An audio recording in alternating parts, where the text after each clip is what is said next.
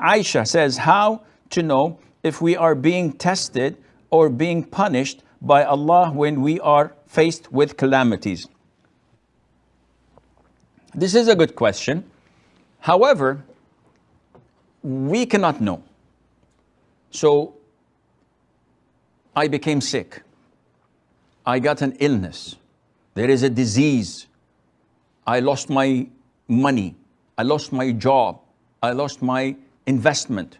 How would I know if this is a test from Allah to elevate my status in Jannah, or it is a punishment that Allah Azza wa Jal is punishing me for sins that I have committed? You cannot know. Nevertheless, they are interlinked. So if I'm a righteous person and Allah Azza wa Jal tests me with an illness, this means that Allah would erase my sins if I'm patient and not complaining, and elevate my status in Jannah. And the other way is also true.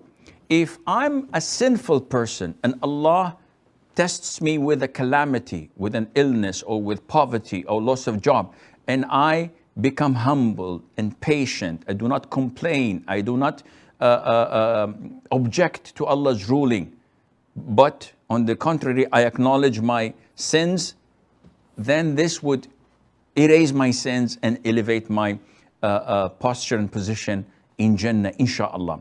Therefore, one can tell by the circumstances.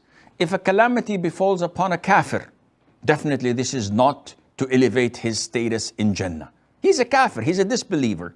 This is a punishment. If it falls upon an openly sinner Muslim, he's sinful, he's openly committing sin, this is a punishment. We know that for granted.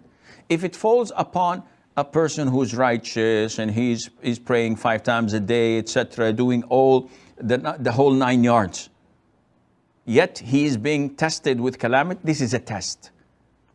When does it become a punishment? If he starts to complain and he's impatient and he's objecting to Allah's rulings and decree, though before the calamity he was a person of prayer, fasting, charity, and righteousness.